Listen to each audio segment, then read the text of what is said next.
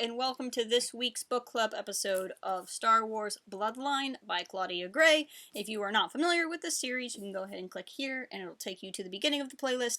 But basically we're going through this novel a couple of chapters at a time to break down the themes and the events. This week we are discussing chapters 14 and 15, so we're moving right along. We're about halfway through the novel, at least chapter-wise, so that's pretty exciting. We're really getting into a mystery portion of the novel. We are just coming off of an attack on the Senate, and we don't exactly know what that attack means. And so this is kind of where we find ourselves in the story today. So with chapter 14, again, we're addressing the attack on the Senate. We have discovered that no one has died, thankfully, which is a good thing, but also kind of brings in its own questions. At this point in time in the story, no one has taken credit for the attack, and it's unknown why exactly it happened. You know, they don't know who did it, they don't know why. And what's more interesting is that note that Leia received that said, "Run." Leia doesn't know who left it. So it could be that the group that wanted to attack the Senate didn't actually want to kill anyone, that they wanted to appear intense enough for violence, but not so much to actually commit the murder, so maybe the perpetrators left Leia the note. Alternatively, it could be a mole within the organization, somebody involved with this group who did not like the violent turns that they were taking and outed their own fellows, as it were.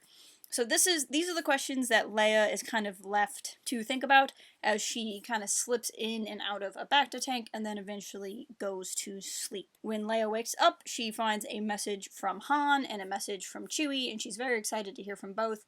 Han is very relieved that she's okay and is willing to come and get her at any point in time, but she is sad to learn that she has not heard from Luke or Ben. It is at this point in the book that it becomes really obvious that we haven't heard from either of them, right? Like, we've heard that Ben is off learning with Luke, and they're off doing Jedi things, but so far, to me at least, in this point of their story, their absence is so interesting. Now, part of that is this book was intended and is so well done as a character study for Leia, that we spend time with Leia and we get to know her outside of her connections. Now, Leia is a very loving, compassionate character, and her relationship with her husband is important, and her relationship with her brother is important, and her relationship with her son is important. But even though all of these things are important, they are not the only important part of her character. So there's a little bit of a duality going on where, on the one hand, it's so great to learn who Leia is on her own, but on the other hand, there's this very obvious absence in her life, that you get the independence, but you also get how she's isolated, and what is the line between independence and isolation for her as a character. And that's not something I've necessarily talked about a whole lot in the series, but to me, when she does not hear from her son or her brother, it becomes a little bit more obvious. Now, of course, they could be off doing Jedi things in the woods with bad cell reception, and so they could have not heard about it. But this is the point where it becomes really interesting that we haven't heard from them, because we've at least heard from Han. Even if he's not around, even if he's off doing his own thing while she does hers, we've at least talked to him, or we haven't talked to the other two characters. The other message Leia gets is from Senator Castrofo, and she notes that while other politicians left her messages of sympathy, he was the only one that reached out to her seemingly as a friend and not a politician. The chapter then cuts to Castrofo himself as he fends off theories from his fellows that the populists are behind it. The centrists are quick to jump to the conclusion that the populists did it to drum up sympathy for their candidate. Castrofo doesn't believe this for many reasons, not the least of which is that the populists are known for their disorder, they're known for their indecision, and he does not believe they could come together as a group and plan this attack even if they wanted to, noting that he's impressed that they can decide on where to sit. While he is working to make sure the centrists focus on the actual problem and not focus on blaming the populists, he knows that the populists have begun blaming the centrists, so he wants to talk to the only person within the populace that he trusts, Princess Leia. He hopes that Leia can talk to the populists, he can talk to the centrists, they can get them to stop pointing blame at each other, so that they could actually solve this mystery. He goes to visit Leia in her home because, of course, she's still recovering, and neither of them really know who it could be. Neither of them truly think that it is the opposing political party, but that it's somebody else involved. Leia wonders if it isn't Rin Ribbon's organization that's working on it, or if it's not Rin Ribbon himself, more likely the person who is funding Rin Ribbon that is behind this, noting that it seemed to happen only after they had stirred that hornet's nest, and that a lot of money is on the line for whoever is controlling Rin Ribbon, and it's a case they need to follow up on anyway. So it's kind of two birds with one stone to investigate it in that manner. Casterfo says that he has already set up a plan to go to Daxam 4 on his own, and after some prompting from Leia, explains that he wants to buy another Imperial artifact, and that there's a buyer going to sell something there, and it's the perfect cover for him to go there, because everyone knows he collects Imperial artifacts. Leia asks that he takes Greer with him. At first, he's a little offended that Leia wouldn't trust him, and she explains it's not a lack of trust, it's just she wants to send him back up. She also notes that she's anticipating getting a mission herself to Ryloth, and she would like to take Joff with her. So that's pretty much the story of Chapter 14. It's a very transitional chapter. It's serving to take us out of a massive cataclysmic event, and then back into the story itself, which is going to continue to take some twists and turns. One cute thing I liked in this chapter was when Leia gets the message from Casterfo when she's in the hospital in her room or whatever, when she first wakes up, she notes that he sent her a message as a friend, and she gets the funny image of sending him out for a bowl of soup. And then when we get to Casterfo's perspective, getting the writing from Casterfo's narration, Casterfo hands Leia a box of space donuts, basically, and Leia's like, oh, this is even better than soup, and Casterfo's like, what? And Leia's like, no, never mind. And there's so many little things like that Gray does throughout the writing, where she leaves inside jokes between you and a character whose perspective you're not in, that really kind of pulls you in and makes you feel like you're in the room. It's similar to a couple of chapters ago when we were listening to the narration from later Carisi, commenting on how excited she was to be hands-on with her new title, and Leia kind of being taken aback by those words. You know, we would know why Leia does that and Carisi wouldn't, in the same way we would know why Leia's comment is funny and Casterfo wouldn't. And I really like the way Gray does that she sets up a joke, or joke's the wrong word, but she sets up something from one perspective and gives you the payoff from a different perspective, and it makes me feel more involved with the reader, and I really liked that. We move on to Chapter 15. Chapter 15 is Greer and Casterfo on this mission. Greer is still very cold on Casterfo. She does not yet trust him, even though Leia does. Of course, Greer hasn't been privy to all of these conversations Leia would have had with Casterfo. She wouldn't have known Casterfo's story of his childhood necessarily. It's not something Leia would necessarily go around talking about, so she's still not trusting him. Casterfo is dealing with that and also trying to solve the mystery that so many of us are trying to figure out up until this point, if you haven't read the book before, which is, what is the deal with Greer? And Casterfo is like, dude, you've done this cool thing, and you won that cool thing, and you were never defeated, and blah blah blah, and you had 2 really amazing years. Why do you downplay these things? And Greer is just deflecting and dodging.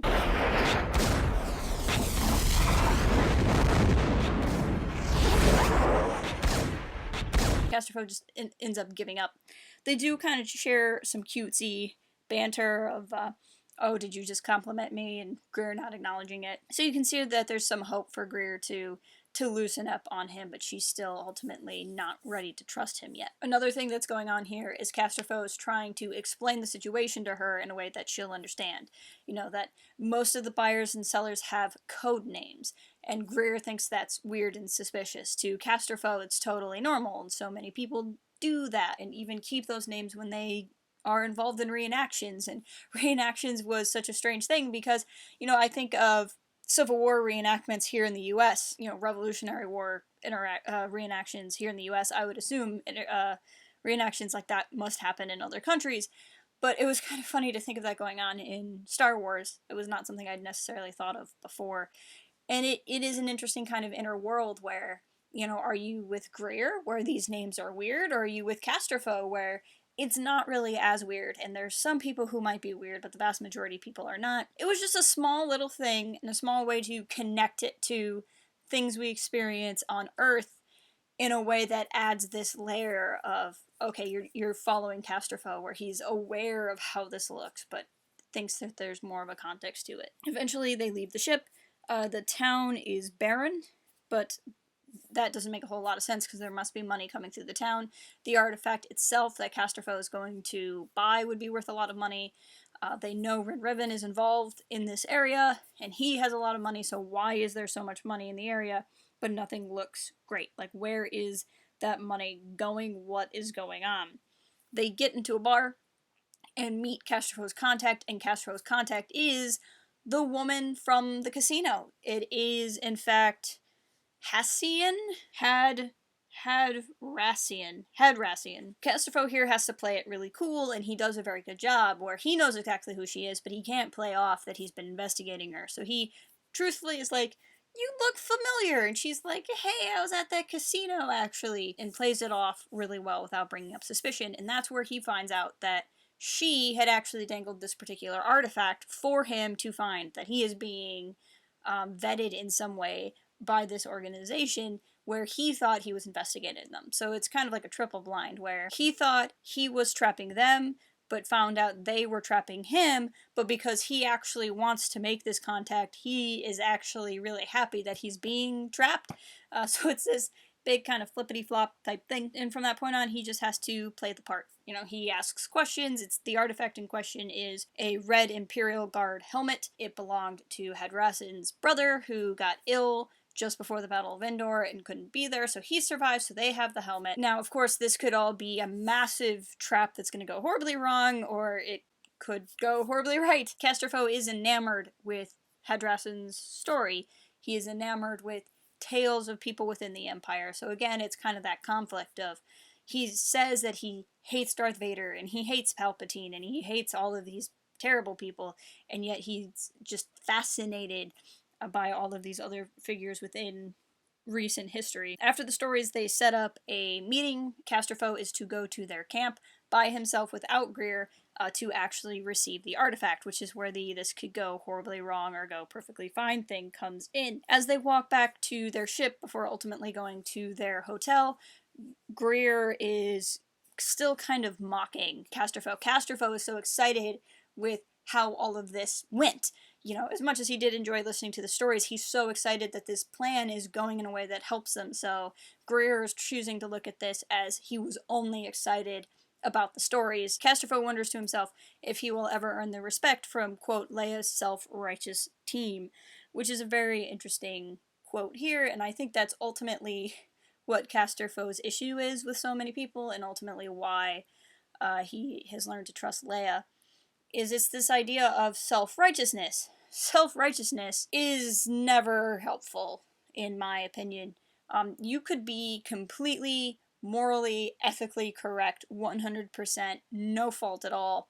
But if you're a real jerk about it, and you're really up on yourself for being real right and stuff, you're not going to win any hearts. You know, it's the idea of you attract more flies with honey than with vinegar. Now, of course, if you are speaking rightly about things, if you are speaking against injustice, if you are speaking against something that's wrong, I'm not saying to not speak about those things passionately. I'm not saying anything, oh, you do you.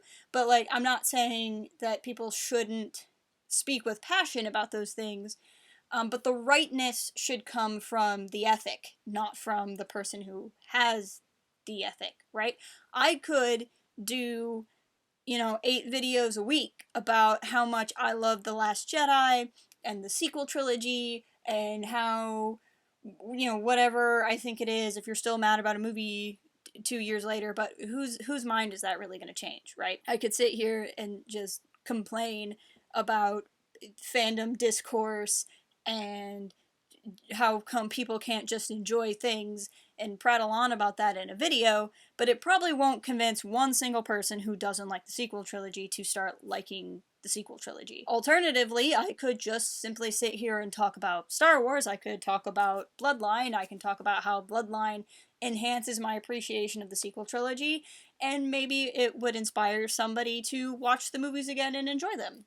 Or maybe it wouldn't, and we can just keep living in a world where I like a movie and you don't like a movie, and it's fine. And that's just, you know, a small scale on something like entertainment. You know, when you get to something larger, you know, issues that are actually life or death issues, I think the principle is the same. And so, self-righteousness is dangerous, right? Greer and Corey are right.